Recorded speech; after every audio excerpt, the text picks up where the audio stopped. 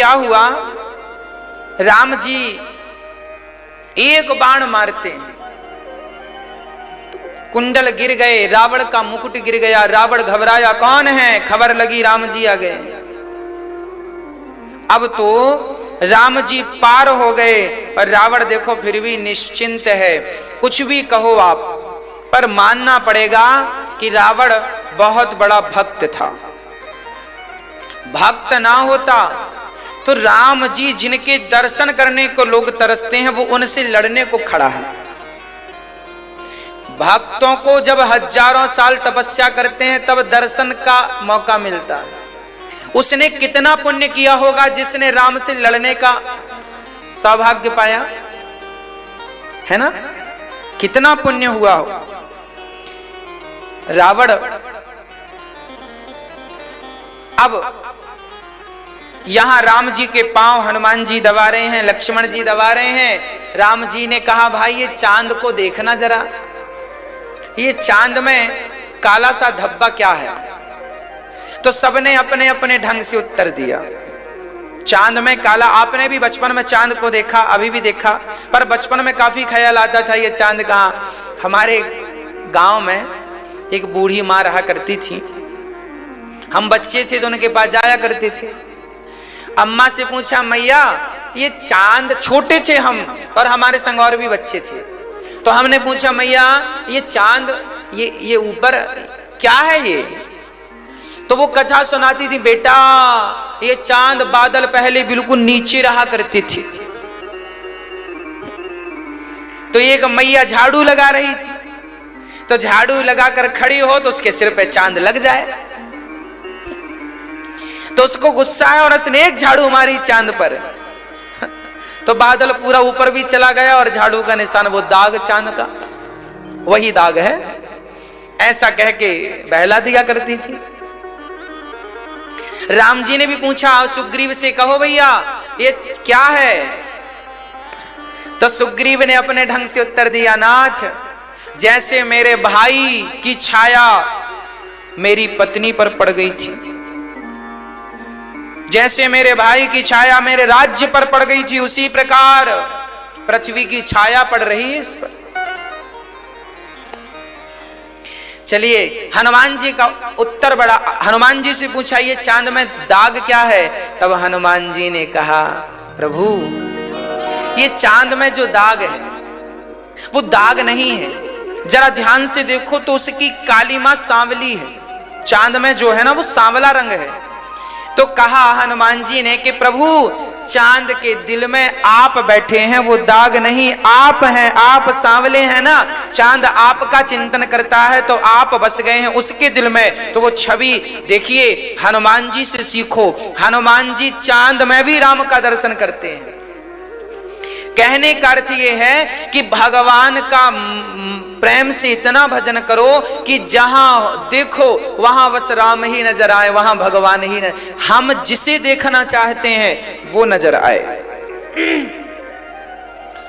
वो नजर आना चाहिए, बस यही है भक्ति, यही है भक्तों के लक्षण।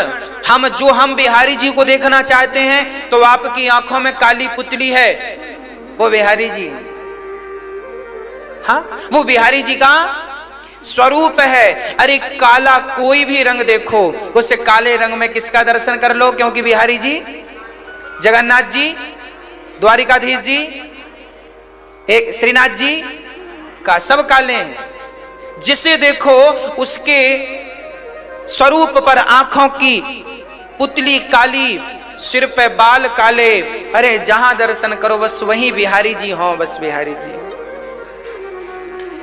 अब राम जी ने कहा एक मौका और रावण को देना चाहिए सुधरने का। तो हनुमान जी तो गए हैं, अब कौन जाए समझाने? अंगद जी गए, अंगद जी गए, अंगद जी बड़े चतुर हैं। अंगद जी गए, रावण के यहां गए, अपना गदा बाहर कर दिया, हनुमान जी गए। रावण ऊपर बैठा है, सेना सजी है और अंगद जी खड़े हैं, बात कर रहे हैं। रावण बोला, बंदर कौन है? अंगद को लगा बैठने, इसको अतिथि सत्कार करना नहीं आता। अच्छा रावण जो था ना विद्वान भले था, पर वो कोई विद्वान तो था, विद्या तो थी, पर विद्या का कोई प्रयोग नहीं था जीवन में, है ना, वर्तमान में कोई प्रयोग करना वो नहीं जानता था, अतिथि सम्मान नहीं करता था। तब अंगद जी पूंछ की लंबी सी आसन बनाए और अंगद जी अपनी पूंछ की सिंहासन पर रावण से ऊपर बैठे। रावण यूं देखता, रावण कहा बंदर कौन है? हनुमान अंगद जी बोले जानता नहीं है, हम राम जी की दास हैं, सेवक हैं। अच्छा, तेरे बाप का नाम क्या है? भूल गए? जिसकी कांख में 6 महीने दबे रहे उसी के बेटे हैं हम। अच्छा, रावण फिर लज्जित हुआ, हे भगवान, जो आता मुझे कांख के नीचे दबाता है। अंगद बोले, अब रावण ना बड़ी राजनीति खेला, रावण अपने पक्ष में करना चाहता था। अंगद को सुनो, ये तो राम वही राम है ना जिसने तुम्हारे बाप को मार दिया। कैसा बेटा है जिसने बाप को मारा, उसी का हाथ पकड़ा, मेरी सेना में आ, मैं तुझे राजा बनाऊंगा। अंगद जी बोले, थोड़ा ठहरो ठहरो ठहरो, अभी तुम्हारा राज्य खाली होगा ना तो हमारे राम जी किसी किसी को तुम्हारी सिंहासन पर बिठाएंगे, थोड़े दिन की मेहमान हो। अब रावण बोला, बंदर बहुत बातें करता है, ये बता तेरे राम में बल कितना है? अंगद जी बोले, हमारे राम का बल तो छोड़ दो, हमारे राम का एक दास आया था कुछ दिन पहले, याद है कि भूल गए? पूरी लंका में सबकी नाक दम करके रखा था, एक ने तहलका मचा दिया और सारे आ जाएंगे तो क्या करोगे पता है? रावण घबराया। रावण ने कहा, सुनो, ये सब बंदर भालू तो हमारे भोजन है, पका पका के खा जाएंगे। तो अंगद जी बोले, क्यों, तब पेट खराब था क्या जब हनुमान जी आए थे? क्यों नहीं पका के खा लिए? पेट खाते हो बंदर? हाँ, एक बंदर आया तो या हम दूसरे आए। अंगद जी ने कहा, मेरा पांव रखा है, जमा दिया पांव, कह दिया यदि तुम में बल है, तुम्हारी यहां कोई सेना में बलशाली है तो आए मेरा पांव हटाए। यदि पांव रत्ती भर हिल गया तो राम जी हार जाएंगे। देखिए, अंगद जी कह रहे हैं कि मेरा पांव, अच्छा किसी ने सचमुच हिला दिया होता तो क्या राम जी हार जाते? याद रखना, जब भक्त, अंगद जी कह रहे हैं कि मेरा पांव जमा है, अंगद जी अपने बल से नहीं कह रहे हैं, अंगद जी भगवान से कह रहे हैं, प्रभु मैं अपना पांव जमा रहा हूं, पर इस पांव की रक्षा आप करिएगा, क्योंकि मैंने वचन भी आपके बल से ही कहा है, मैंने अपने बल से नहीं कहा। जीवन में यह शिक्षा है कि कोई बात कहो तो अपने बल से नहीं, भगवान के बल से कहो। मैं नहीं हूं, कुछ जो है मेरे राम जी करेंगे तो वही करेंगे। करना है सो राम जी को, नहीं करना है सो राम जी को, हम तो निमित्त। पांव जमा दिया, बड़े बड़े रो, मेघनाथ आया, हिलाया, पसीना छूट गया, सब आए, अंत में रावण आया। जब रावण आया और पांव हिलाने लगा तो अंगद जी ने पांव हटा लिया, पकड़ना चाहा तो पांव हिला लिया, पांव हटा लिया तो रावण गिरा, उसकी मुकुट गिर गई। अंगद जी ने बढ़िया बात कह दी, रावण यदि पांव पकड़ना ही है तो मेरे क्यों पांव पकड़ता है? भगवान राम के पांव पकड़ ले, तेरा कल्याण हो जाएगा। अपने मुंह पर तिनका दबाकर गले पे कुल्हाड़ी रख के जा, राम तुझे माफ कर देंगे। जा। रावण की मुकुट उठाकर अंगद जी ने फेंक दी, राम जी के चरणों में गिरी। राम जी ने विभीषण से कहा, ये क्या है? बोले, ये रावण की मुकुट है। छलांग लगा के अंगद जी आए, राम जी को सूचना दी, प्रभु वो मानने वाला नहीं, मूर्ख हृदय न चेत, जो गुरु मिलहि विरंची सम। कितना भी ज्ञान दे दो, मूर्ख की समझ में नहीं आता। अब राम जी सेना तैयार करे, टुकड़ियों में बांट दी राम जी ने और बिल्कुल जोश से भर दिया। सुनो, या तो जीत होगी या तो मृत्यु होगी। जीवन में कोई भी काम करो तो बिल्कुल कॉन्फिडेंस से करना चाहिए, पूरा 100% कॉन्फिडेंस होना चाहिए, हम इस काम को कर पाएंगे। कॉन्फिडेंस कम हुआ वहीं हार होती है।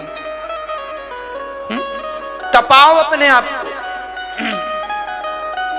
मैं कहीं सुन रहा था कि तलवार, जिस तलवार से युद्ध लड़ा जाता है उस तलवार को पहले लोहार की भट्टी से गुजरना पड़ता है, उस लोहार की भट्टी में उस तलवार को तपना पड़ता है। जो तलवार जितना तपती है, जितना पिटती है, उतना ही वो युद्ध क्षेत्र में अपना पराक्रम दिखाती है, छूने से गला काट देती है। तलवार तपे ना तो टूट जाती है। बस जीवन में जो जितना तप गया तप गया तप गया, बस वही श्रेष्ठ है, वही महान है। राम जी ने तपाया अपनी सेना को। मत देखिए क्या नीतियां हैं, कोई सीखे तो क्या क्या सीख सकता। रावण जैसे दिग्गज को आज पछाड़ने के लिए राम बंदर भालुओं की सेना लेकर चल रहे हैं। जीवन में कभी अपने आप को कमजोर मत समझना, बस ये राम जी सिखा रहे हैं। जीवन में कभी अपने आप को कमजोर नहीं समझना। मैं छोटा नहीं हूं, मैं कमजोर नहीं हूं, मैं बहुत कुछ कर सकता हूं। अरे मैं चंद्रमा और सूर्य और मंगल तक जाने की ताकत रखता हूं। मंगल और चांद तक तो लोग चले गए, सूर्य तक भी कोई जाना चाहे तो अपने बल से हनुमान जी चले गए थे। Nothing is impossible, everything is possible. असंभव क्या है?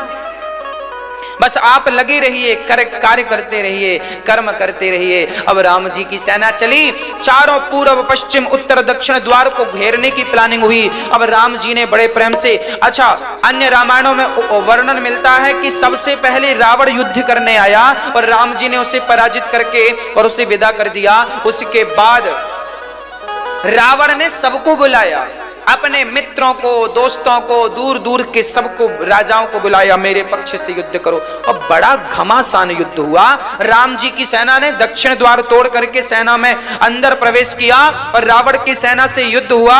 और जो बड़े प्रेम से युद्ध हुआ, चारों तरफ रावण की सेना की लाशें बिछने लगी। रावण घबराया और अपने दिग्गज वीरों को एक के बाद एक को भेजता गया और सबको लक्ष्मण जी, राम जी धूल चटाते गए, मारते गए, मारते गए, मारते गए।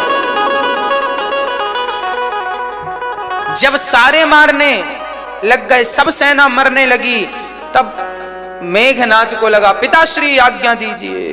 पिताश्री से आज्ञा लेकर मेघनाथ जी चले।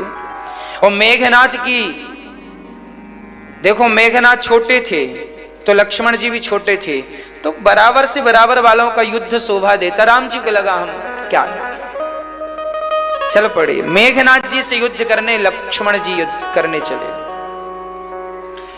लक्ष्मण जी युद्ध कर रहे थे, पर मेघनाथ बड़ा मायावी था और लक्ष्मण जी सब जानते थे, पर वो माया का आश्रय लेना नहीं चाहते थे।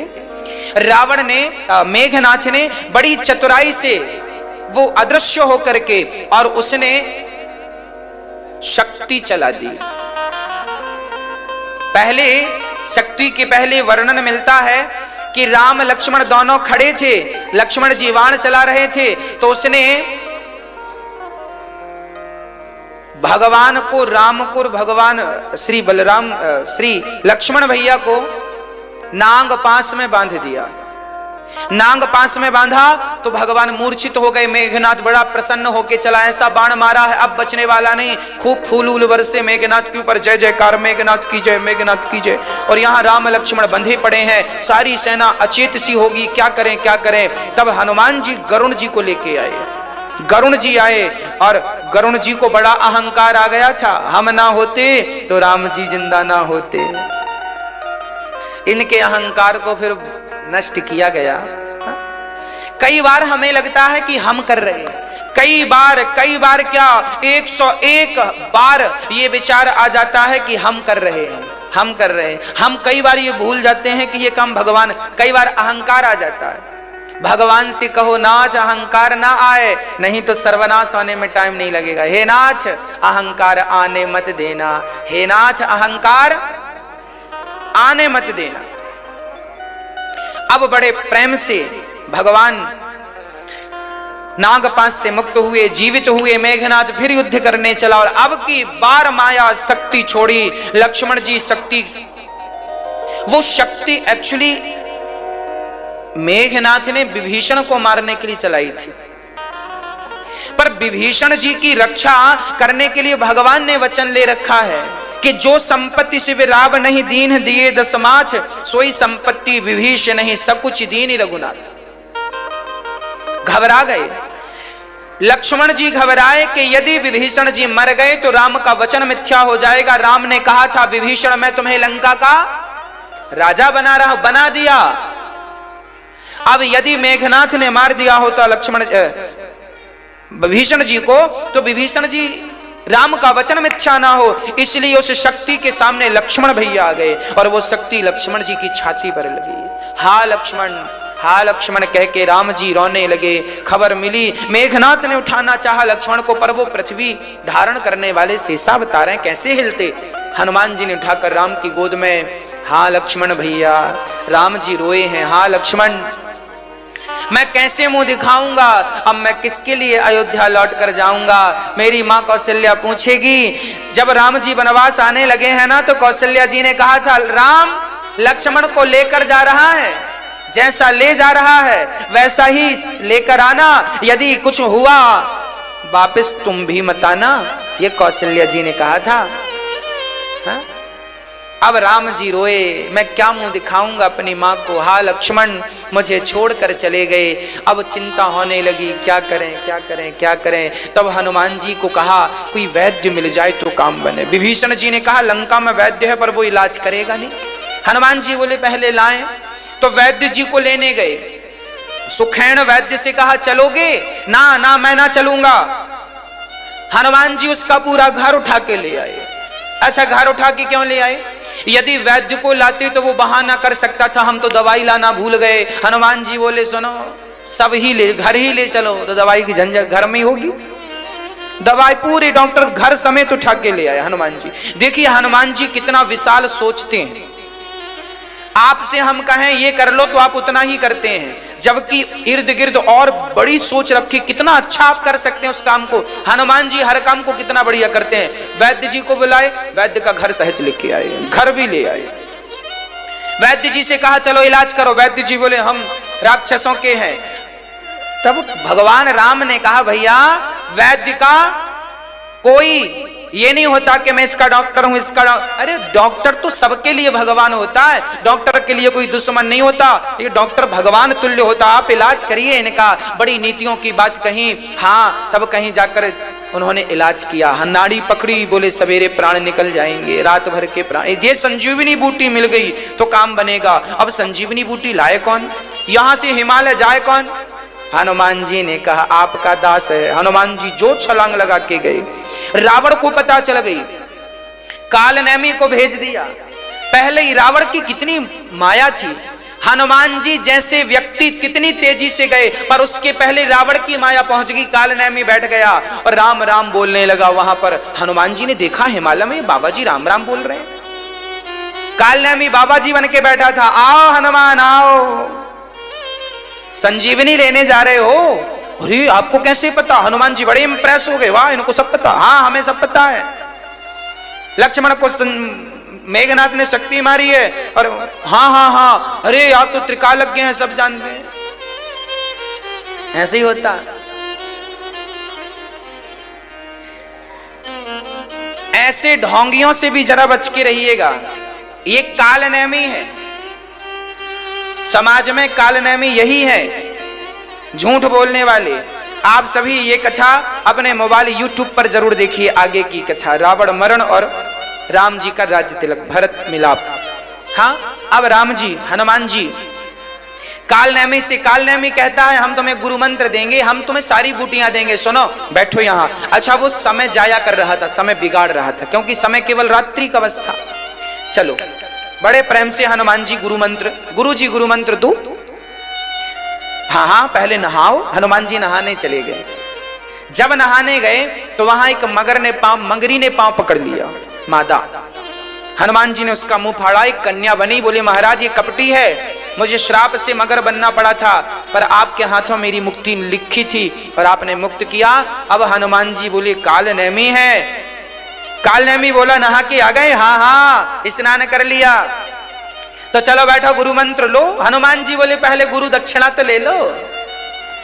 अरे पहले गुरु मंत्र लोगे तब तो दक्षिणा दोगे? ना ना हम उल्टा करते, पहले दक्षिणा देंगे। हनुमान जी ने निकाली दाढ़ी वाड़ी सब और उठा के पटक दिया कालनेमी को, कालनेमी का गोविंदाय नमो नमः। अब हनुमान जी आगे गए।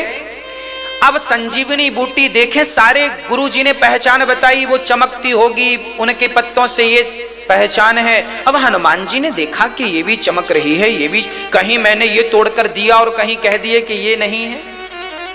तब फिर हनुमान जी ने यहां फिर वही वैद्य जी वाला दिमाग लगाया। पूरा पहाड़ नीचे से निकाला और सारी संजीवनियां वहां पहाड़ पर्वत राज से आज्ञा ली कि राम की सेवा में बूटियां जा रही हैं, ठीक ठीक से रहें ये। हाँ, अच्छा, वो पहाड़ हनुमान जी ने वापस लाके भी रखा था, याद रखिएगा, वो लंका में नहीं रहा। वो हनुमान जी जब गए, चलो पर्वत लेकर चले, तो अयोध्या से राम जी गुजरे, हनुमान जी गुजरे। भरत जी ने देखा कि कोई बंदर जा रहा है, सेना ने कहा, एक बाण मारा, राम राम कहते हुए हनुमान जी तो नीचे गिर गए। उस पहाड़ को हनुमान जी के पिता पवन देव ने संभाल के रखा, हवा ने वो आकाश में ही रहा, हनुमान जी नीचे गिरे। भरत जी ने कहा, आप कौन है? अच्छा, अयोध्या में हनुमान जी नीचे गिरे, इसका क्या अर्थ है? मानो भाव यह है कि हे हनुमान जी, आप कहीं से भी ऊपर ऊपर से गुजरे तो चले, पर अयोध्या में तो नीचे आए। अयोध्या में ऊपर से मत जाइए, नीचे आइए। क्यों? क्योंकि ये वही अयोध्या है जिसने भगवान को ऊपर से नीचे खींच लिया। तो आप तो भगवान के भक्त हैं, जब वो इस धरती पर नीचे आए तो आप भी तो नीचे आओ। तो हनुमान जी नीचे आए। भरत जी ने पूछा, आप कौन है? पूरी कथा सुना दी। अब तो हनुमान जी को देखकर गले लगाकर भरत जी रोए, यादें ताजा हो गई। मेरे राम जी पर इतना संकट, लक्ष्मण जी मरे पड़े हैं, सीता जी का हरण हो गया है। लक्ष्मण जी, भारत जी बोले, एक बाण चलाऊंगा रावण मर जाएगा। भारत जी वहीं से बाण चलाते तो रावण मर जाता। हनुमान जी ने रोक दिया, प्रभु इतना सब किया है, थोड़ा सा सब्र रखिए और विश्वास करिए। अब भारत जी देख रहे हैं कि हनुमान जी लेट हो रहे हैं, सूर्य उदय का टाइम है और ये संजीवनी गई नहीं। तब भरत जी ने कहा, मेरे बाण पर बैठ जाओ। भरत जी को देखकर हनुमान जी को लगा, ये दुबले पतले, ये मुझे अपने बाण पर बिठाएंगे। अच्छा, हनुमान जी को भी ना थोड़ा सा आ गया था अहंकार कि देखो मैंने पहाड़ उठा लिया, ये हूं वो हूं। और भरत जी को हनुमान जी बड़े हल्के में ले रहे थे, क्योंकि हनुमान जी की भरत जी से कोई भेंट नहीं हुई थी ना, हल्के में ले रहे थे। और भरत जी तो प्रबल भक्त हैं, भक्त श्रोमणी श्री भरत जी, अपने बाण पर बिठाया। हनुमान जी को जितनी वेग से हनुमान जी पहुंचते, उससे कई गुना तेजी से बाण ने पहुंचा दिया और हनुमान जी रखे। वैद्यराज ने बूटी निकाली और उसका रस निकालकर जो लक्ष्मण जी के मुख पे डाला, चेतना आ गई, जय जयकार होने लगी। राजा रामचंद्र भगवान की चेतना आ गई। श्री लक्ष्मण जी उठकर बैठ गए और जब लक्ष्मण जी उठे, जय जयकार, अहम सर्वेषु भूतेषु भूतात्मा वस्थितः सदा, मैं सदा सबके भीतर हूं, ऐसा भगवान का वचन है, भगवान का वादा है। पर हम तुच्छ प्राणी पागल, हम पागल हैं कि सब में भगवान को ना देखकर हम स्त्री देख रहे हैं, पुरुष देख रहे हैं, संसार की तुच्छ सी बातें देख रहे हैं, हम भगवान को नहीं देख रहे हैं। हम कह रहे हैं ये कपड़ा है, हम कह रहे हैं ये वस्त्र है, हम ये क्यों नहीं कह रहे हैं कि ये भगवान है? हर जगह देखो, एक बात बताऊं मैया जी, ध्यान से सुनिएगा। एक माँ का एक ही बेटा था, पता नहीं क्या हो गया, उस माँ का बेटा, वो बेटा चल बसा, भगवान के घर चला गया। अब माँ रोती है, मेरा बेटा बेटा। अब वो माँ जहां देखती है ना, उसे अपना बेटा ही दिखता है। आपने पता नहीं इस चीज को महसूस किया कि नहीं, आप जिससे अत्यधिक प्यार करते हैं, आप अपने पति से प्यार करते हैं, पुत्र से प्यार करते हैं, जिससे प्यार करते हैं, यदि वो आपको छोड़कर चला जाए तो आप जहां देखेंगे बस वो कुछ दिन शुरू में वो वही नजर आएगा। आप कुर्सी पर नजर डालेंगे तो ऐसा लगेगा आपका बेटा कुर्सी पर बैठा है। आप बिस्तर पर नजर डालेंगे तो ऐसा लगेगा आपका बेटा बिस्तर पर है नहीं, पर लगेगा। क्यों? क्योंकि आप बहुत ज्यादा प्यार करते थे, अब वो नहीं है तो आपको वही नजर आ रहा है, आता है। ये प्रैक्टिकली है। दरवाजा कोई खटखटाए तो ऐसा लगता है वही आ गया, ऐसी भ्रांति होती है। बस मेरी माँ, जरा विचार करना, जब आप पुत्र से, पति से और पत्नी से इतना प्यार करते हैं कि सब जगह वही दिखता है, तो भगवान से प्यार हो जाएगा। भगवान से प्यार कर लोगे तो मुझे विश्वास है कि फिर तुम्हें कण कण में वह परमात्मा नजर आने लगेगा। अभी आप कण कण में अपने पुत्र को देखते हैं, पत्नी और पति को देखते हैं, क्योंकि उनसे अत्यधिक प्यार था। आपका प्यार भगवान से हो जाएगा तो फिर भगवान कण कण में नजर आएंगे, उनकी अनुभूति होने लग जाएगी, उसको आप महसूस करने लग जाएंगे। फिर ये जो प्रश्न है कि ईश्वर कहाँ है, वो प्रश्न सदा सदा के लिए समाप्त हो जाएगा। हाँ भक्तों, भगवान हम सबके आस पास ही है। तस्मात् भारत सर्वात्मा, सब ईश्वर ही है। हम जो देख रहे हैं यह क्या है?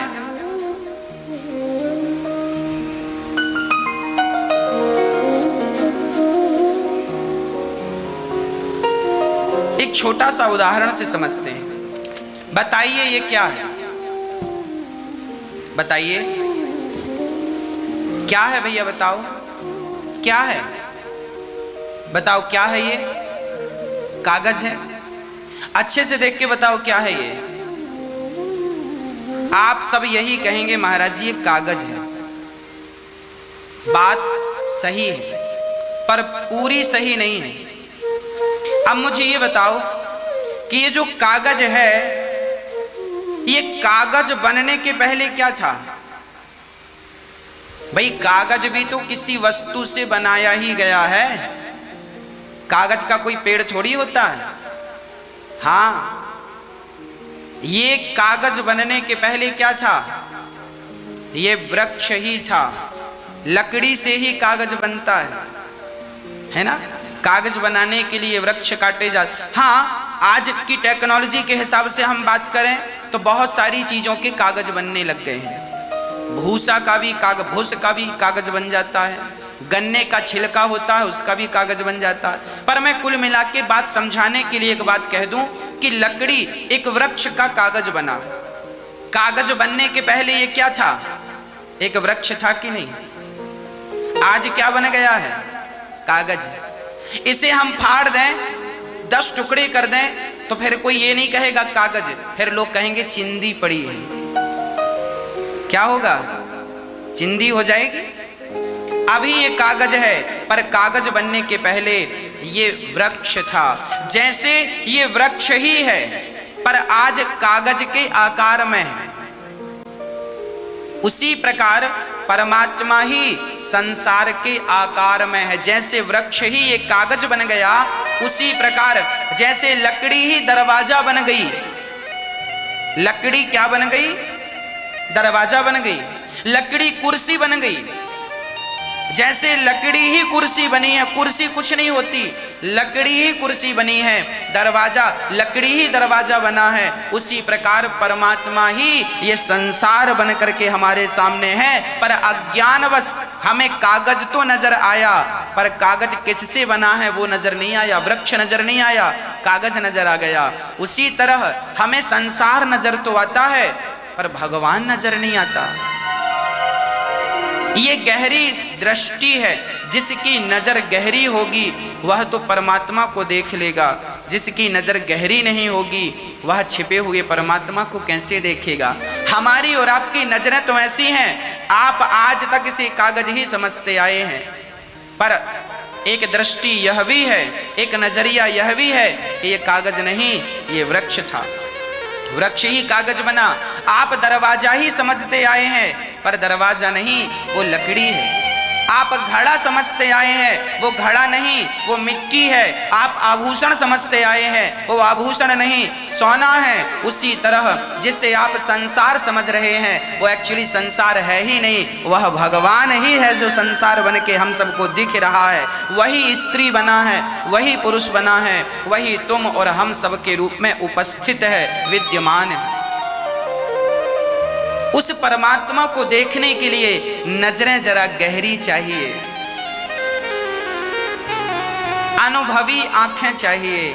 हमारे यहाँ कहावत कहते हैं, जस जस भीगे कामरी तस तस भारी होए। अर्थ यह हुआ, कंबल जितना गीला करते जाओगे, कंबल का वजन उतना बढ़ता जाएगा।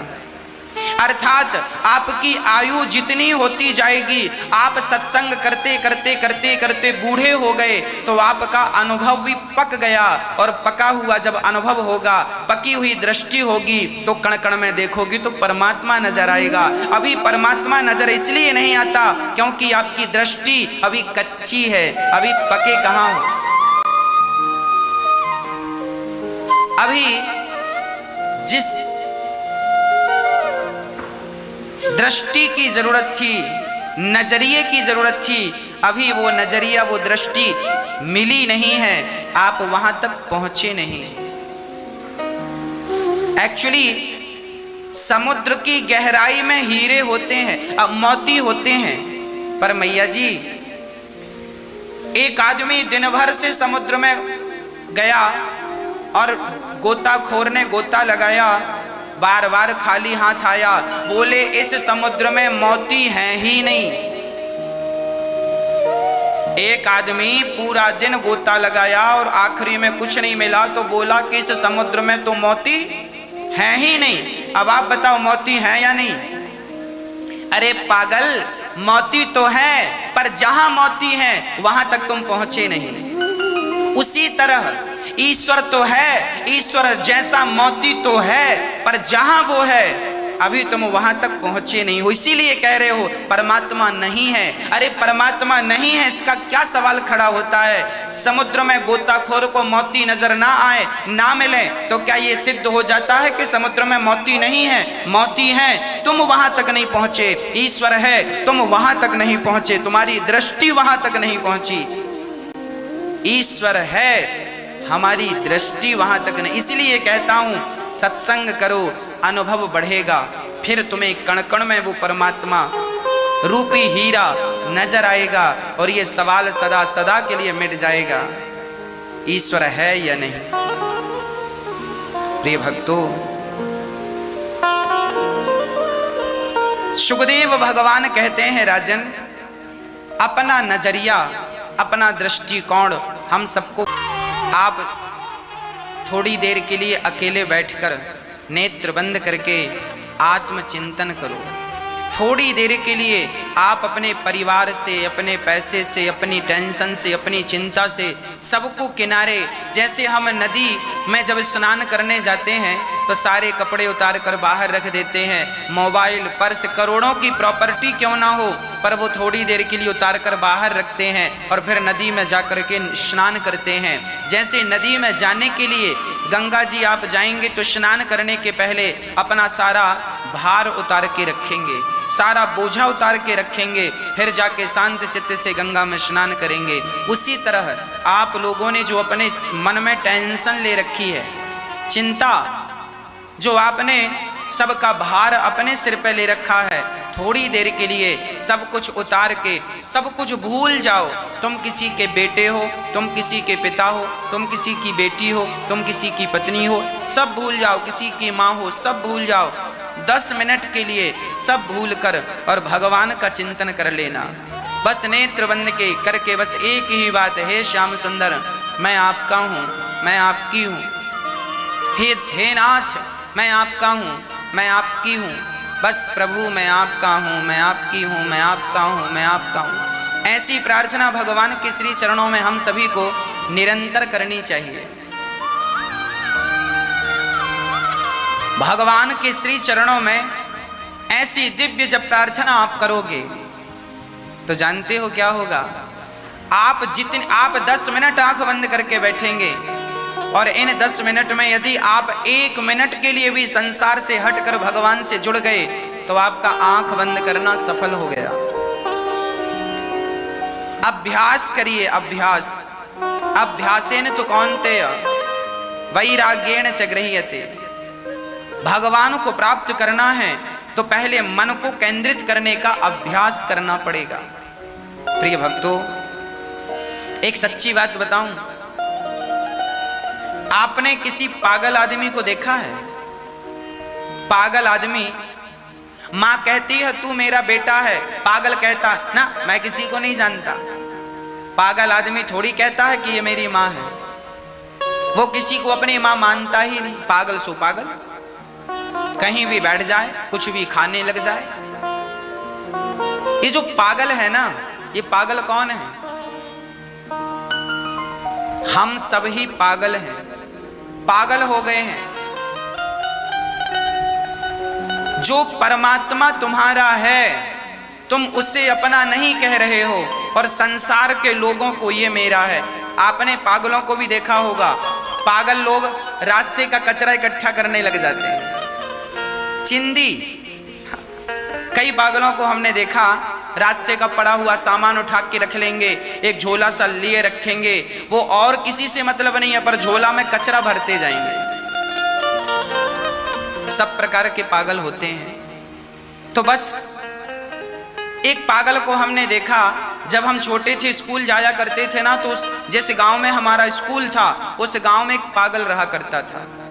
वो पागल एक छोटा सा बैग कहीं भी मिल गया उसको तो बैग उठा लेता और जितना भी सामान कचरा, बोतल है, माचिस की डिब्बी है, जो भी मिल गया सब इकट्ठा करता, उसी बैठकर उसी को निकालता, फिर रखता, फिर निकालता, फिर मन करता तो जाकर के वो जहां हैंडपंप होते हैं वहां गंदा पानी भर जाता है, वहां जाके बैठ जाता था।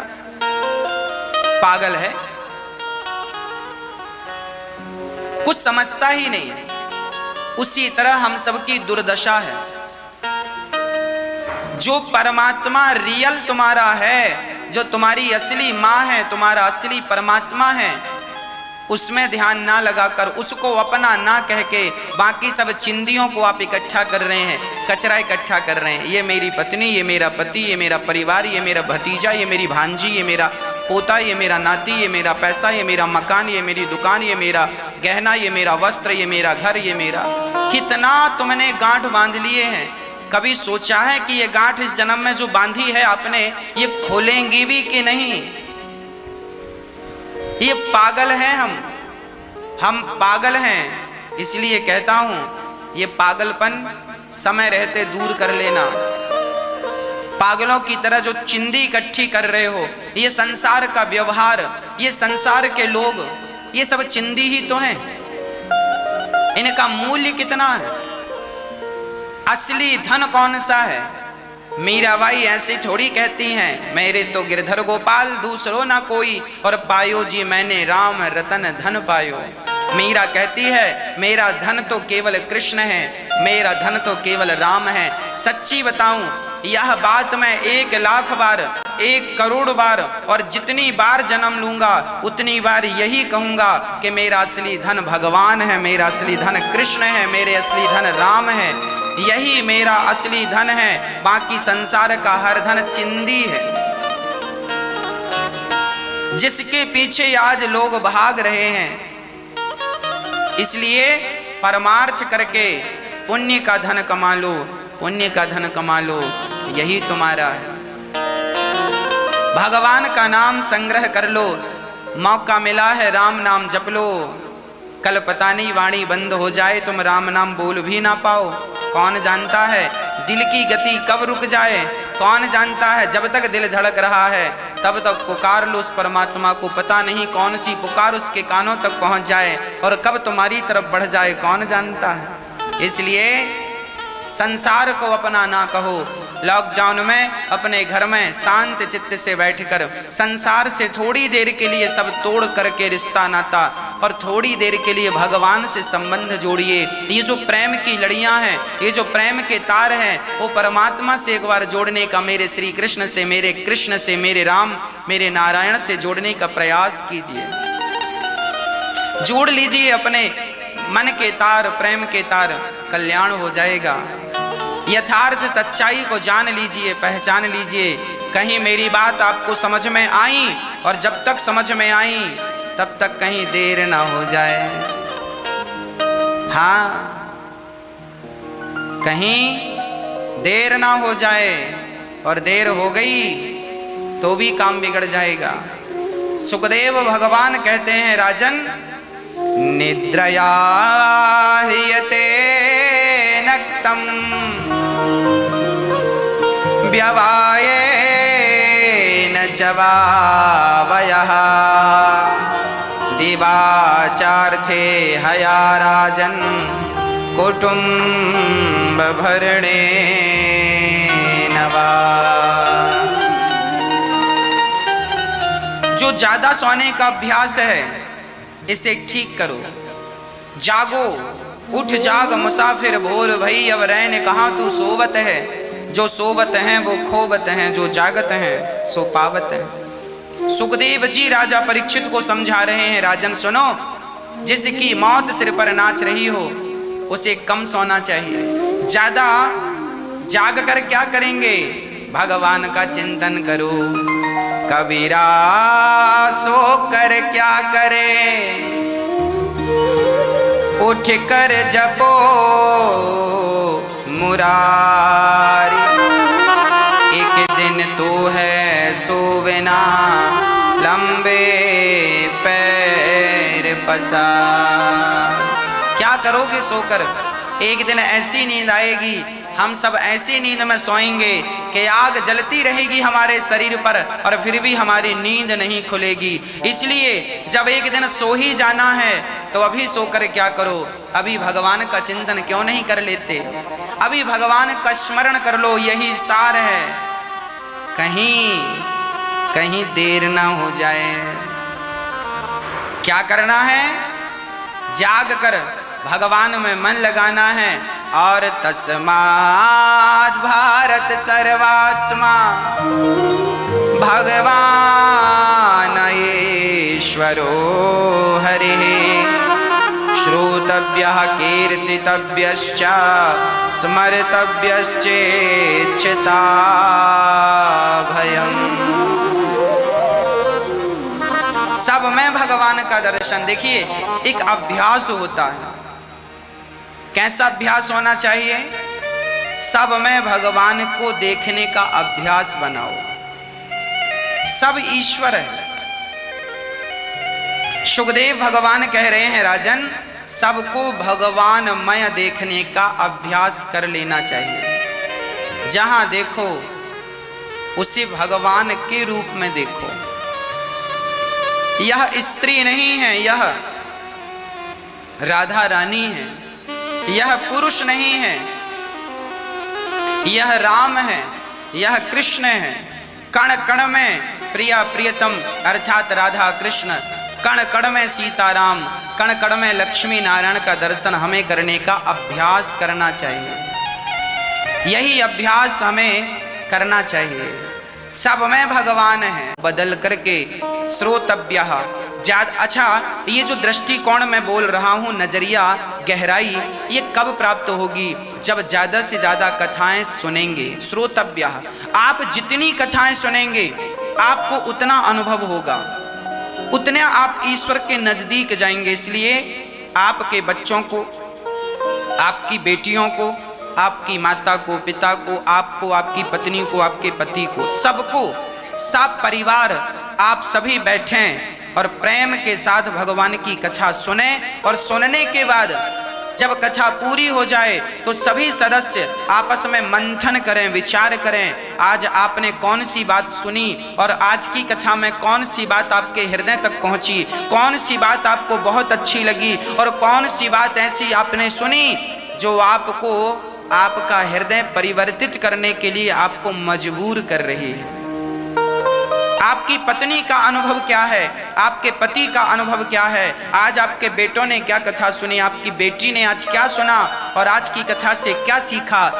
दिन में 2:30 बजे से 6 बजे तक अपने बच्चों को कथा सुनाया करो और शाम को जब कथा पूरी हो जाए 6 बजे तो 5 मिनट बैठकर सारी कथा का निष्कर्ष निकाला करो।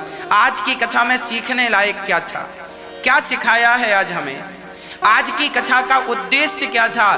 कोई ना कोई बात नई निकल कर आती है। हम रोज कथा आपको सुनाते हैं पर हर दिन कोई ना कोई एक नई बात होती है।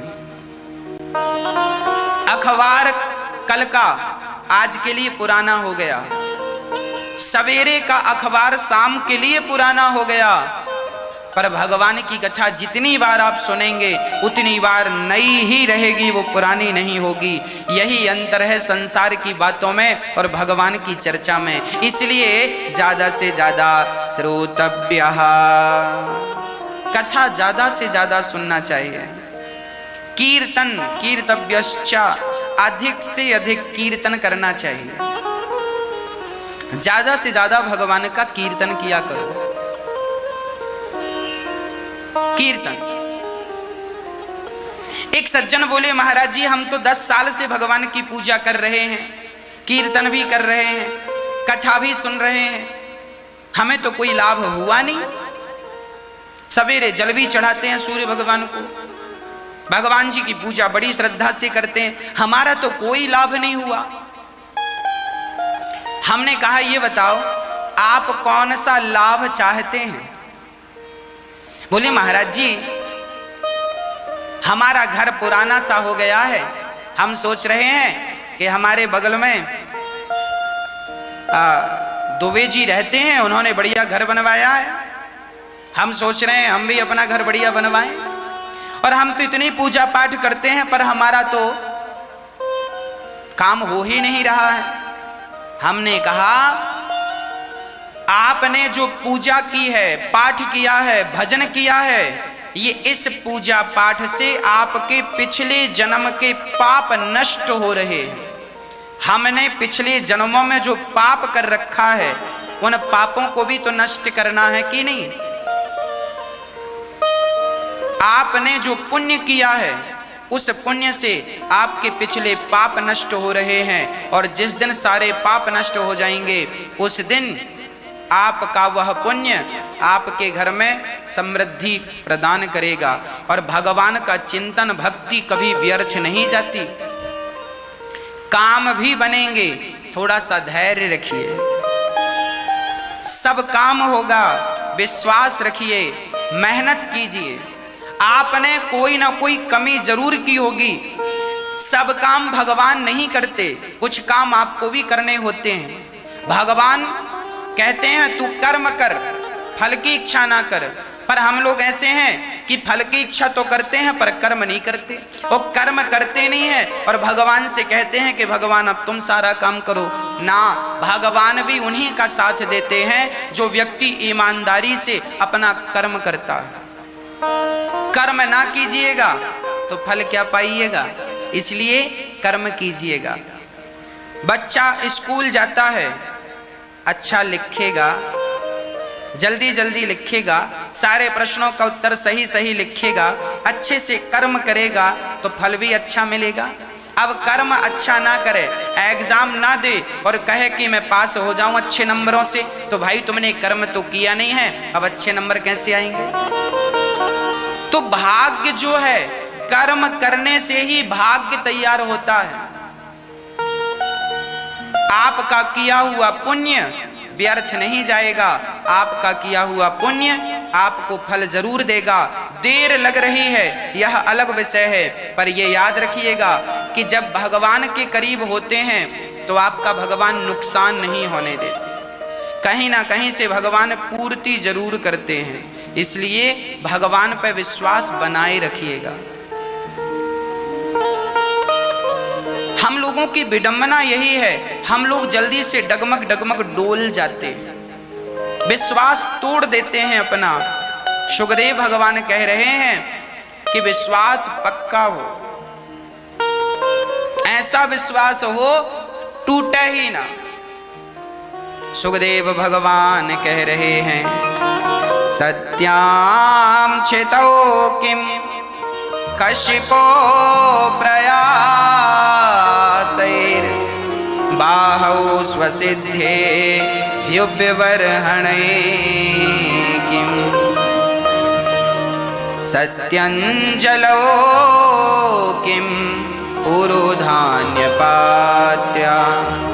दिगिवल्कलादौ सते किम दुकूले। जब जमीन पर सोने से काम चल जाता है तो पलंग के लिए प्रयास करने की क्या जरूरत है। सुखदेव भगवान का कहना यह है, ज्यादा हाय हाय नहीं करना चाहिए। आज हमारे लोग का अर्थ है हम सभी लोग, आज हम सभी लोग दुखी क्यों हैं? इसीलिए क्योंकि हमारे को यह लगता है कि ज्यादा पैसा होगा तो हम सुखी होंगे। आज सबने यही सोच बना रखी है, हमारे पास ज्यादा पैसे होने चाहिए। क्या करोगे ज्यादा पैसों का? बांध के ले जाओगे? हाँ, परसों के दिन एक गुप्ता जी थे, उनके पास बेशुमार संपत्ति थी, करोड़ों की संपत्ति थी। गुप्ता जी के पास करोड़ों की संपत्ति थी।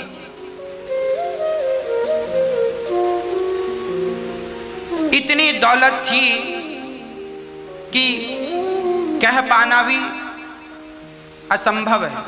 गुप्ता जी के पास बेटा भी नहीं था,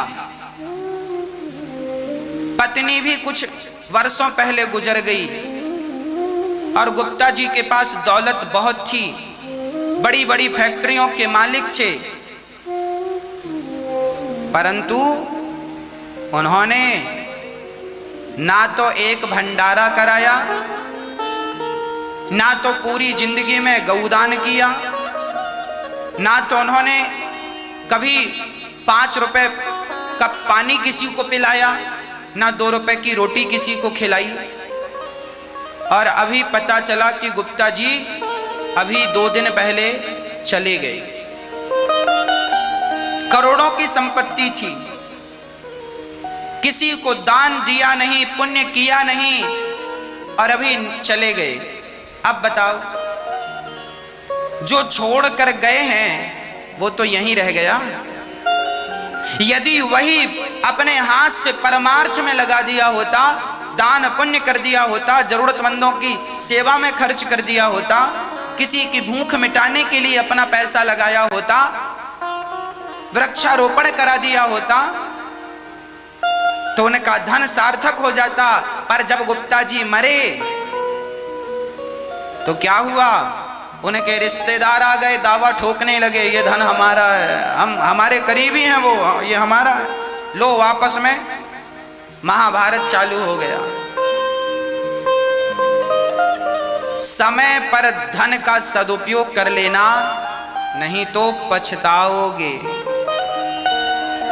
सबसे बड़ा धन पुण्य है।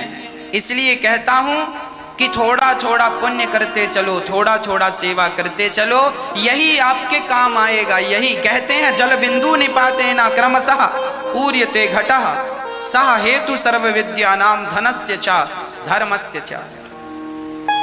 एक एक बूंद जल डालने से घड़ा भर जाता है। जल बिंदु निपाते न क्रमशः पूर्यते घटः, घड़ा भरता है एक एक बूंद जल डालने से।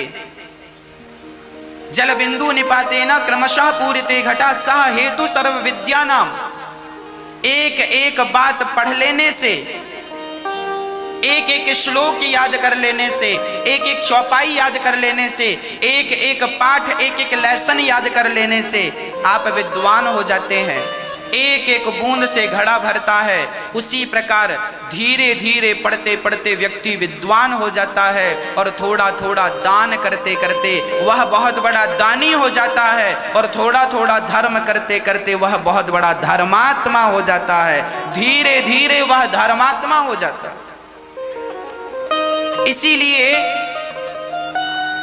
हम रोज अपने हाथ से कुछ पुण्य करें, रोज अपने हाथ से हम किसी की सेवा करें, हमारा ये शरीर रोज किसी के काम आए, ऐसा जीवन जिया करो। पैसे कमा के रखने वालों, क्या होगा तुम्हारे जाने के बाद इस पैसे का? हम यह नहीं कह रहे हैं पैसे नहीं कमाना चाहिए, हम तो कहते हैं आप बहुत मेहनत कीजिए और आप महीने के 10 लाख रुपए कमाइए, महीने के 20 लाख रुपए कमाइए, खूब पैसा कमाइए, पर कमाकर सदा उसका सदुपयोग कीजिए। नहीं तो अक्सर हम आज देखते हैं जो धन कमा लेते हैं वह सुरा और सुंदरी की तरफ बढ़ जाते हैं। ज्यादा पैसा आता है तो व्यक्ति शराबी हो जाता है, ज्यादा पैसा आता है व्यक्ति व्यभिचारी हो जाता है।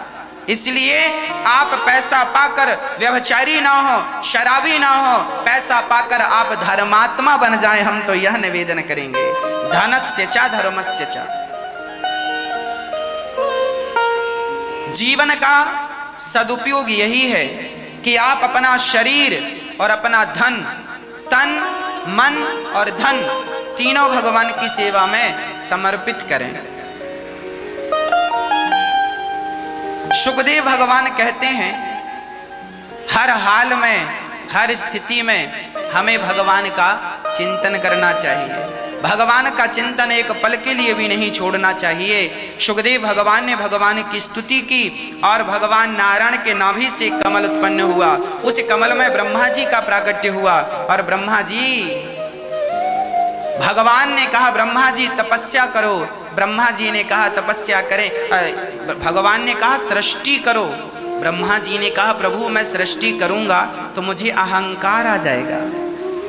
आप किसी को सरपंच बना दीजिए, आप किसी को गांव का मुखिया बना दीजिए, फिर देखो वो सीधे मुंह बात नहीं करता, उसको लगता है मैं ही प्रधानमंत्री बन गया हूं।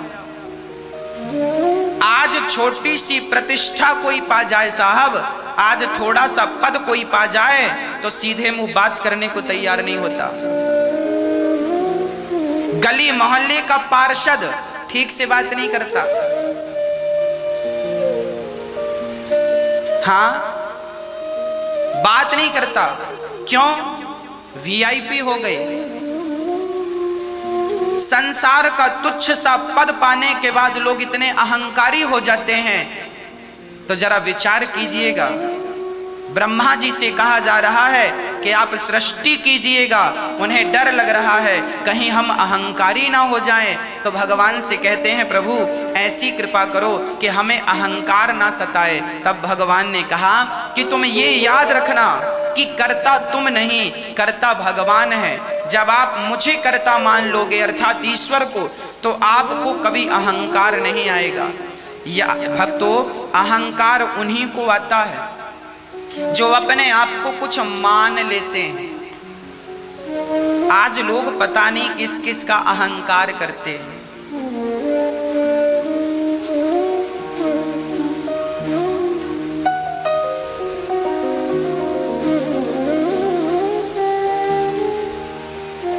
एक छोटी सी बात आप समझ लीजिए,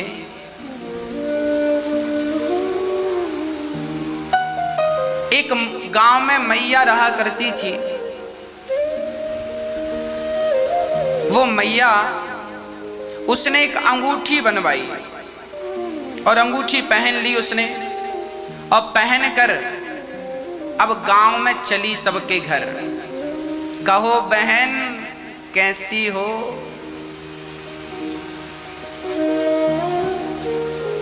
पड़ोसन ने कहा अच्छी है। और सुनाओ सब ठीक है? हाँ हाँ ये सब ठीक है। पड़ोसन ने बिल्कुल नहीं पूछा कि तुमने अंगूठी कब बनवाई। अब ये दूसरे घर में चली गई। कहो बहन सब कुशल से तो है? और सुनाओ। उसने भी नहीं पूछा कि अंगूठी कब बनवाई। उसने 1 तोला की बनवाई थी पूरी बढ़िया 10 ग्राम की। जब किसी ने नहीं पूछा तो वो बड़ी परेशान हो गई। राम राम, हमारी तो किसी ने तारीफ नहीं की। अरे हमसे कोई पूछता कब बनवाई अंगूठी, कहाँ से बनवाई, कितने की बनवाई, तो हम फूल फूल के बताती। हम भी बलून की तरह जरा भरती हवा से, पर मौका ही नहीं मिला। तो उसने अपने घर के आंगन में आग लगा ली और आग लगाकर कहने लगी, सुनो गांव वालों, आओ देखो घर में आग लग गई। अब गांव वाले आए तो पानी डालने लगे। तो उसने कहा पानी वहां मत डालो, यहां डालो, यहां, उंगली दिखा दिखा कर। कोई तो पूछे कि कब बनवाई। तब तक हवा चल गई और हवा चली तो सचमुच आग उड़ करके घर में लग गई। और जब घर में आग लगी तो जलने लगा। अब लगी रोने, अब सही रोने लगी। और जब माथा पीट पीट के रो रही थी तभी एक पड़ोसन ने देखा, अरे बहन ये अंगूठी कब बनवाई। उसने कहा तेरा सत्यानाश हो जाए, पहले नहीं पूछ सकती थी जब तेरे घर आई थी। अरे पहले ही पूछ लिया होता तो मेरे घर में आग क्यों लगती। तेरे ना पूछने से ही तो आग लगी। कहने का अर्थ यह है, आज लोग थोड़ा सा धन पा जाएं तो उसका भी अहंकार करते हैं। किसी को आज देख लो ना, अरे हमारा पड़ोसी यदि 70,000 की गाड़ी खरीद के लाया है ना, तो 2-4 दिन तो वो भी सीधे मुंह बात नहीं करता। उसको लगता हमारे पास तो गाड़ी है, इनके पास तो नहीं है। और कार खरीद लाए तो फिर तो वो हवा में उड़ता है, हमारे पास तो कार है। आपका दोस्त, आपका पड़ोसी, आपका फ्रेंड यदि गाड़ी खरीद के ले आए 4 चक्के की, 10 लाख की, 20 लाख की, फिर देखो साहब, हाँ। और किसी ने बढ़िया घर बनवा लिया, अब फिर देखो। मतलब आज संसार के लोगों की यह दुर्दशा है कि छोटी छोटी उपलब्धियों पर उनका अहंकार दिखने लगता है। जबकि हम आपसे यही प्रार्थना करेंगे कि भगवान आपको करोड़पति बनाए, फिर भी आप अपना संतुलन न खोइएगा। जैसे आपने देखा होगा, तुलसीदास जी कहते हैं, क्षुद्र नदी जल भरी तुराई, अर्थात जब थोड़ा सा पानी गिरता है ना तो छोटी छोटी नदियों में बाढ़ आ जाती है, पर पानी कितना भी गिर जाए समुद्र में बाढ़ नहीं आती। हमारा स्वभाव समुद्र की तरह गंभीर होना चाहिए। हमारे अंदर क्या जरूरी है? गंभीरता। और आज लोगों के अंदर गंभीरता ही तो नहीं है। गंभीरता होए तो ये प्रपंच ही ना हो। करोड़पति बन जाओ पर सरलता कभी ना छोड़ो, सहजता कभी ना छोड़ो। आप करोड़पति बन जाओ, अरबपति बन जाओ, फिर भी अपने लोगों से प्यार से ही बात करो। ऐसा ना हो कि आपका, क्योंकि पैसा पाने के बाद ना लोगों का व्यवहार भी बदल जाता है, लोगों का बोल चाल भी बदल जाता है। हाँ जी, और ये बदलाव नहीं होना चाहिए। मैं आपको बताऊं, बबूल का पेड़ कभी झुकता नहीं है क्योंकि वो कांटों से भरा होता है, जबकि आम का वृक्ष जब आम के फल आते हैं तो झुक जाता है। भगवान आपको जितना धनवान बनाए उतने सरल होते जाइएगा, उतने झुकते जाइएगा। पर आज उल्टा होता है, लोग अकड़ जाते हैं। झुकता वही है जिसमें जान होती है और अकड़ खास मुर्दे की पहचान होती है। एक बार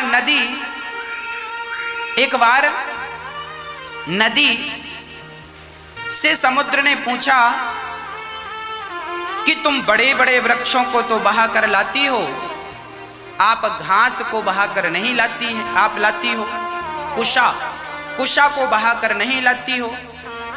तब नदी ने कहा, समुद्र भाई साहब, ये जो बड़े बड़े वृक्ष होते हैं, ये जब बाढ़ आती है तो अकड़ कर खड़े रहते हैं, तो मैं इन्हें बहा लाती हूँ। और ये छोटी छोटी घास जब बाढ़ आती है तो ये झुक जाती है, मेरा पानी ऊपर से निकल जाता है, मैं इनका बाल भी बांका नहीं करती। जो झुकता जाता है वो बचता जाता है और जो अकड़ कर खड़ा रह गया वो बहता जाता है। तो यदि आप अकड़ कर के खड़े हैं तो रावण भी अकड़ करके खड़ा था, परिणाम क्या हुआ? और विभीषण जाकर राम के चरणों में झुक गया तो लंका का राजा बना दिया ना। इसलिए झुकता वही है जिसमें जान होती है, अकड़ खास मुर्दे की पहचान होती है। इसलिए झुकना सीखिए, अकड़ नहीं। ब्रह्मा जी ने कहा प्रभु ऐसी कृपा करो कि अहंकार ना आए। आप रोज भगवान के चरणों में बैठकर यही प्रार्थना किया करो कि हे प्रभु आपने मुझे इतना धन दिया है, इतना कुछ दिया है, बस ऐसी कृपा करिएगा नाथ कि मुझे अहंकार ना आए, मेरे अहंकार से, मेरी बातों से किसी को दिल ना दुखे, मेरे व्यवहार से किसी के दिल को ठेस ना लगे, ऐसी कृपा बनी रहे।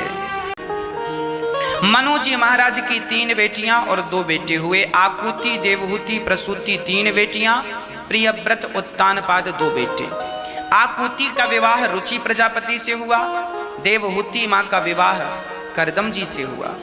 नाथपुरी में, रामेश्वरम में, द्वारिका में, केदारनाथ में, बद्रीनाथ जी में, काशी में, विठलनाथ जी के चरणों में, रंगनाथ जी के चरणों में, भगवान के चरणों में अपना बचा हुआ समय व्यतीत करना चाहिए, समय गुजारना चाहिए। हाँ, बच्चे बड़े हो गए तो बच्चों को जिम्मेदारियां भी देनी चाहिए। पिता की गलती कहां हो जाती है कि पिता देखता है कि बेटा पढ़ गया है, आपका बेटा पढ़ लिख गया, पढ़ लिख के डिग्रियां लेकर घर आ गया, अब घर में उसे बिठा ले क्यों हो भाई? जब तक नौकरी नहीं लग रही है, जब तक उसे उसके हिसाब का काम नहीं मिल रहा है, तब तक भी उसके कंधे पे कोई ना कोई काम दो, ताकि वो कुछ तो अनुभव प्राप्त करे, देखे तो दुनियादारी कैसी है।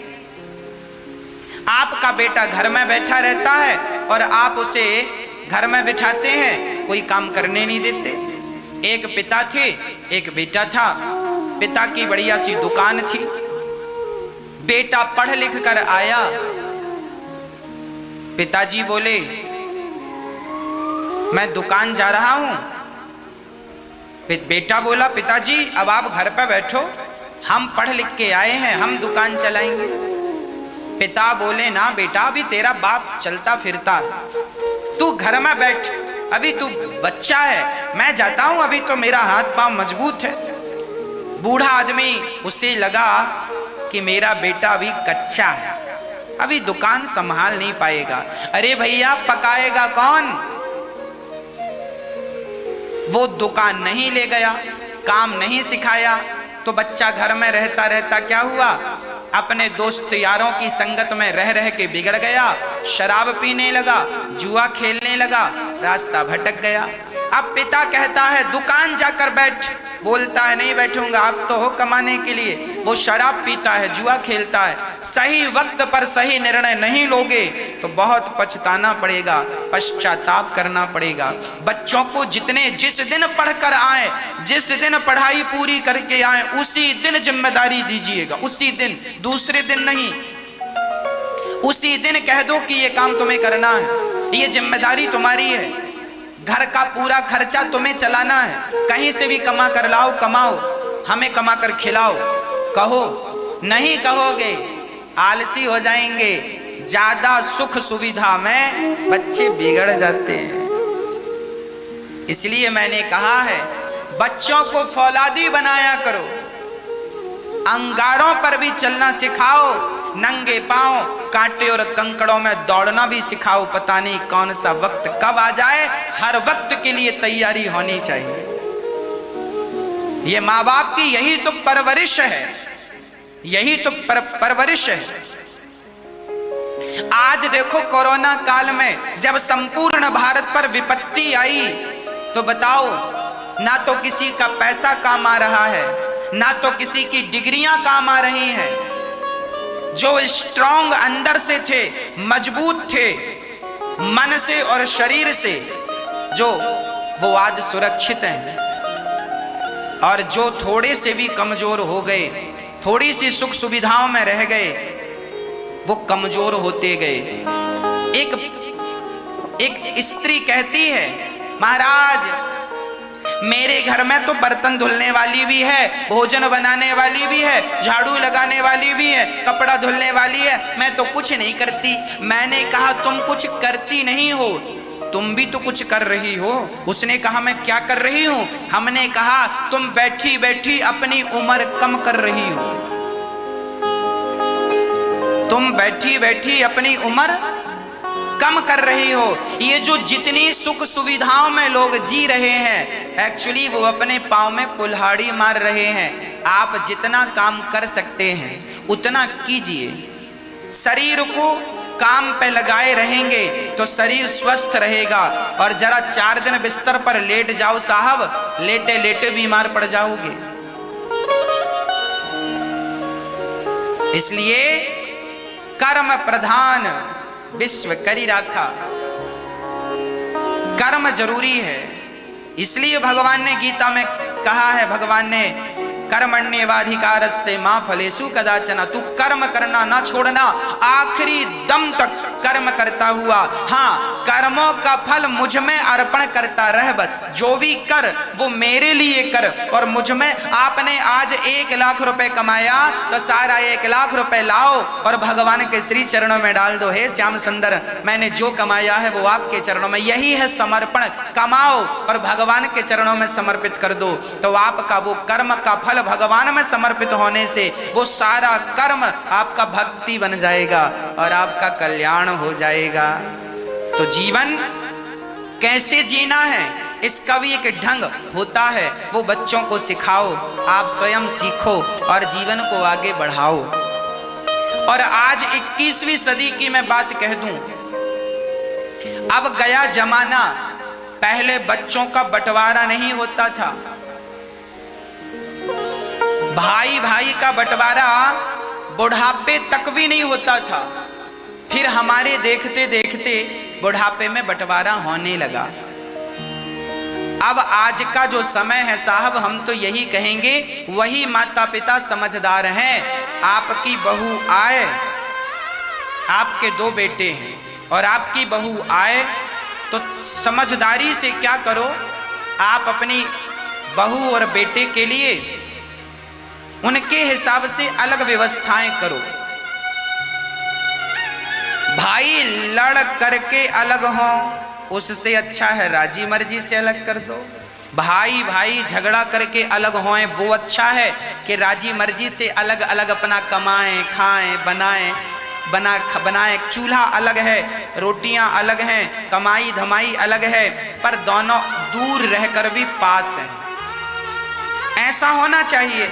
अब आजकल माँ बाप क्या करते हैं, बच्चों का बंटवारा नहीं करते। माँ बाप को लगता है बंटवारा ना करना पड़े, हमारी बहू हमारा बेटा साथ साथ रहें, हमारी दोनों बहुएं दोनों बेटा। पर एक थाली में क्या 4 मेंढक इकट्ठे कर सकते हो? तुम्हारी सोच तो ऐसी है जैसे एक थाली पे 4 मेंढक इकट्ठे करना है। इसलिए समझदारी इसी में है कि बेटा बेटी जो आपकी बहुएं हैं, आपका बेटा है, उनसे कह दो बेटा अपना कमाओ, अपनी कमाई का घर बनाओ और अपने बनाए घर में जाओ, आनंद से रहो। बेटा तुम भी अपने घर में रहो, तुम भी अपने घर में रहो। आप दोनों बुढ़ा बुढ़ी पति पत्नी बच्चों को कमा धमा करके समृद्धवान बनाओ, आशीर्वाद दो, दोनों को आशीर्वाद दो और कहो कि अब हम लोग जा रहे हैं तीर्थ यात्रा में, 2 महीने बाद आएंगे, 2 महीने बाद जाकर देखो कि बच्चों का क्या चल रहा है। सच्चाई यही है, समय से आपने अलग अलग कर दिया ना तो प्यार बना रहेगा, और 10-20 साल तक इकट्ठे रह गए ना तो वो आपस में ऐसे टकराएंगे कि फिर उनका कभी मन नहीं करेगा मिलने का। देवरानी और जेठानी ये 5 साल साथ में रह लें, फिर देखो आप लाखों में कोई 4-6 देवरानी जेठानी ऐसी होंगी कि बहुत प्यार से रहती होंगी बहन बहन की तरह। नहीं तो बड़ा मुश्किल है भाई, बड़ा मुश्किल है। इसलिए जल्दी से इनको अलग अलग रखो ताकि प्रेम बना रहे। और आप दोनों पति पत्नी बच्चों को आशीर्वाद देकर जाओ तीर्थ यात्रा, 2 महीने बाद लौट कर जाओ। बेटा चाहे बड़े बेटे के पास रहो चाहे छोटे बेटे के पास रहो, मौज से रहो और फिर 2 महीने रह के फिर तीर्थ यात्रा पे निकल जाओ। विचरण करते रहो, विचरण करते रहो। अपने बुढ़ापे सारा पैसा बच्चों को ना देना, कुछ पैसा अपने बुढ़ापे के लिए बचा के रखना, ताकि बुढ़ापे में तीर्थ यात्रा तो अपने पैसे से कर लो। आजकल माँ बाप ना सारा पैसा बच्चों को दे देते हैं, ले जा ले जा ले जा, सब ले जा। और बाद में फिर माँ कहती है बेटा जरा हमें गौ दान करना है, जरा दे दो जरा कुछ पैसे। अरे माँ दान करोगी? फिर बेटा तुम्हें उपदेश करेगा दान करने से कुछ नहीं होता, क्यों दान करती हो? आप कहोगी बेटा जरा देना, हम भी अन्न क्षेत्र करवाएं, वृंदावन में संत भोजन करते हैं, जरा हम भी अपनी तरफ से भोजन करवाएं। तो बेटा कहेगा राम राम माँ दान करोगी?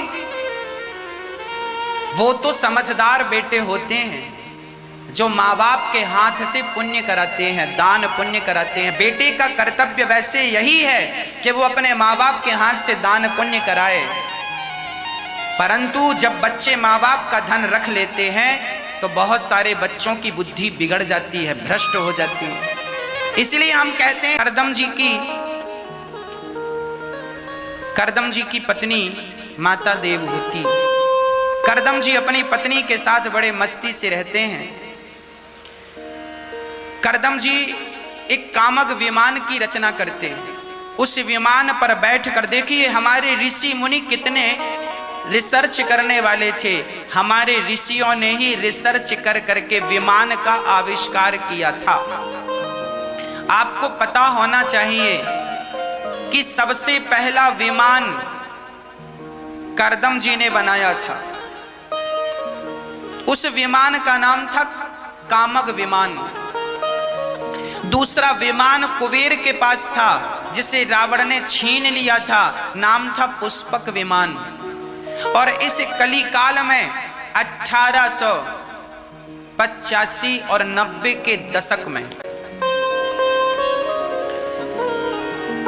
भारत के ही एक वैज्ञानिक संत का नाम था दलपदे जी।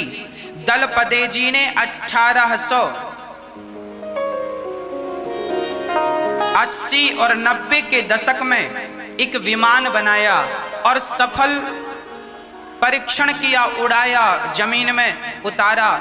उसको देखने सारी दुनिया के लोग आए। उन लोगों में राइट ब्रदर्स भी आए थे।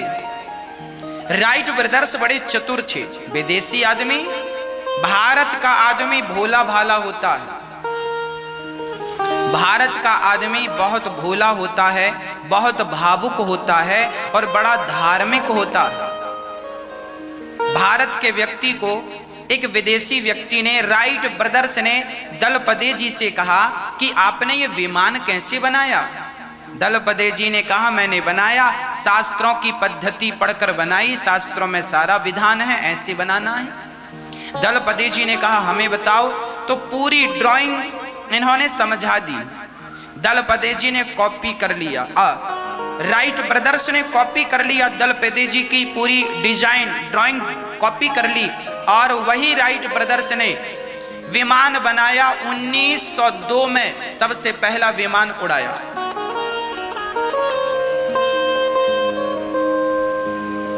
सबसे पहला विमान परीक्षण राइट ब्रदर्स ने 1902 में सफल परीक्षण किया।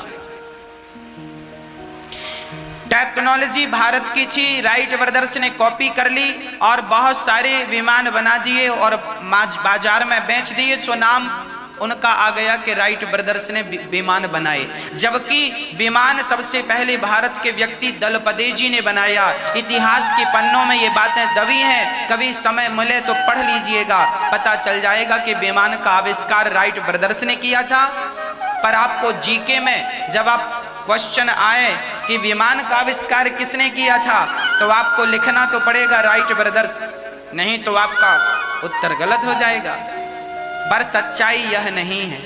आज भारत में बहुत सारी चीजें ऐसी हैं जो सही नहीं पढ़ाई जा रही हैं। सही शिक्षा पद्धति होनी चाहिए, सही पद्धति हो, सारी दुनिया को ये बताना चाहिए इतिहास के पन्नों से कि देखो सच्चाई क्या है। जो सच्चाई थी वो तो पहुंची ही नहीं जमाने के पास। घड़ी का आविष्कार सबसे पहले भारत में हुआ था, आज से 1400 साल पहले। आज भी कोणार्क मंदिर आप कभी जाएं जगन्नाथपुरी तो वहां पास में ही कोणार्क मंदिर है। वहां आज भी 1400 साल पुराना एक मंदिर है। मुगलों ने उसे तोड़ दिया है पर आज भी अवशेष हैं। वहां पर एक चक्र बना है, जो नया 10 का नोट है, उस 10 के नोट में ये रहा कोणार्क मंदिर। ये टूटा हुआ है, टूटने के बाद ऐसा बचा है। ये देखिए, ये जो चक्र दिख रहे हैं कोणार्क मंदिर में, ये चक्र आज भी सही दिशा, आज भी सही समय बताते हैं। कितने बज के कितने मिनट हो गए सही आज भी बताते हैं। आज भी 10 के नोट में इसका चित्र भी है, जो नया 10 का नोट है। तो घड़ी का आविष्कार 1400 साल पहले इस तरीके से हुआ था। नहीं तो हमारे भारत की स्त्रियां, अनपढ़ लोग भी सूर्य की परछाई नाप करके और तारों को देखकर बता देती थी कितने बज गए हैं, इतने मिनट हो गए हैं। इस हिसाब से समय की गणना की जाती थी। उसके बाद अभी 500 साल पहले टेन नाम के एक व्यक्ति ने घड़ी का आविष्कार किया। जो घड़ी आप लोग देखते हैं, दीवार घड़ी, हाथ घड़ी, हर सब जगह घड़ी, इस घड़ी का आविष्कार बाद में टेन ने किया। इसलिए नई घड़ी खरीदने जाओ तो उसमें 10:10 रहते हैं। क्यों रहते हैं? क्योंकि घड़ी बनाने वाले का नाम था टेन, इसलिए 10:10 होता है। तो भारत की टेक्नोलॉजी बहुत प्राचीन, सबसे प्राचीन टेक्नोलॉजी है और सबसे बढ़िया है। अरे भारत के इंजीनियरों ने ही तो ताजमहल बनाया, भारत के इंजीनियरों ने ही तो राम सेतु बनाया। कितना आपको टेक्नोलॉजी की बात करूं। अब आप कहेंगे महाराज जी फिर ज्यादा टेक्नोलॉजी जब भारत में थी तो फिर वो बढ़ाई क्यों नहीं गई? हमारे भारत के ऋषि मुनि जानते थे कि यदि हमने ज्यादा टेक्नोलॉजी को आगे बढ़ाया तो प्रकृति का संतुलन बिगड़ जाएगा, जैसा कि आज बिगड़ गया है। और बिगड़ गया है तो प्रकृति फिर अपने मूड में आएगी तो बहुत तबाही होगी। प्राणी बचेगा कि नहीं इसकी गारंटी नहीं है। इसलिए उन्होंने उतने ही आविष्कार किए जितने की जरूरत थी, और उतने आविष्कार किए जितने से प्रकृति को नुकसान ना हो। आज जितना भी साइंटिस्ट लोग अपने आविष्कार कर रहे हैं, इस आविष्कार से प्रकृति को बहुत ज्यादा नुकसान हो रहा है। अब ये जितने आविष्कार हो चुके हैं, इन्हें इतना ही रोक कर समाप्त कर देना चाहिए, नहीं तो सारी पृथ्वी नष्ट हो जाएगी। ना आप रह जाओगे ना हम रह जाएंगे।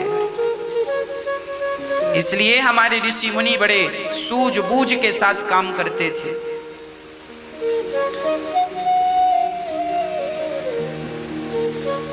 महाभारत के युद्ध में भी मैं आपको बताऊं, मैं महाभारत पढ़ रहा था, आप भी महाभारत पढ़िएगा।